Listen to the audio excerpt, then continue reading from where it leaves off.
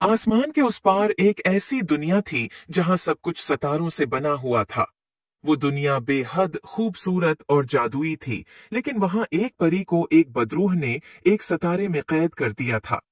उस परी को आजाद करने के लिए किसी बहादुर इंसान को सितारों की उस दुनिया में जाकर जादुई सितारे को तलाश करना होगा। एक रात नादिया अपनी दादी की कहानी सुन रही थी। उसने अपनी दादी से पूछा, क्या वाकई कोई जादुई सितारों की दुनिया है? दादी ने मुस्कुराकर कहा, हाँ, अगर तुम दिल से यकीन करो तो हर चीज मुमकिन है। नादिया ने दिल में ठान ली कि वो सितारों की उस दुनिया में जाएगी और परी को आजाद कराएगी।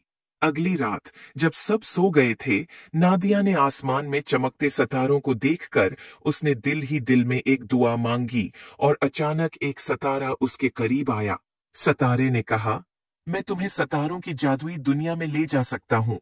नादिया ने सितारे का हाथ पकड़ा और सितारे ने उसे आसमान की तरफ उड़ना शुरू कर दिया।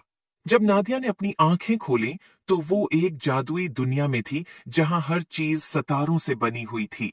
दरख्त, पुल और हत्ती की जमीन भी सितारों की रोशनी में चमक रही थी। नादिया ने चारों तरफ देखा और उसने एक खूबसूरत किला देखा जो एक बड़े सितारे के अंदर बना हुआ था। उसने किले की तरफ बढ़ने का फैसला किया, क्योंकि वो जानती थी कि परी को आजाद करने के लिए उसे वहीं जाना होगा। किले के दरवाजे पर पहुंचते ही नादिया को एक जादुई दरवाजा नजर आया जिस पर सितारों की खूबसूरत रोशनियों का झरमट था।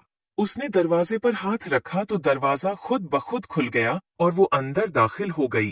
किले के अंदर हर तरफ रोशनियों का झरमट था और नादिया ने एक बड़े सितारे को देखा जिसके अंदर एक छोटी सी परी कैद थी। परी के चेहरे पर उदासी थी और उसकी आंखों से आंसू बह रहे थे। नादिया ने परी से पूछा, तुम्हें किसने कैद किया है? परी ने कहा, एक बदरूह ने मुझे इस सितारे में कैद कर दिया है। मैं सिर्फ इस वक्त आजाद हो सकती हूँ जब कोई बहादुर इंसान इस सितारे की चमक को तोड़ दे। नादिया ने अपने दिल की ताकत से इस सितारे की चमक को तोड़ने की कोशिश की। जैसे ही उसने दुआ की और अपने दिल से रोशनी निकाली, सितारे की चमक टूट गई और परी आजाद हो गई। परी ने खुश होकर कहा, तुमने मेरी जान बचाई है। तुम्हारी बहादुरी ने मुझे आजाद कर दिया है। परी ने नादिया को एक जादुई मोती दिया और कहा, ये मोती तुम्हें हर वक्त हिफाजत करेगा और जब भी तुम्हें मेरी जरूरत होगी मैं फौरन आ जाऊंगी।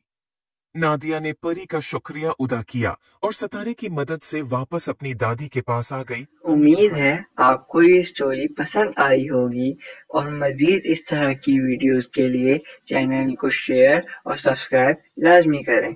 शुक्रिया।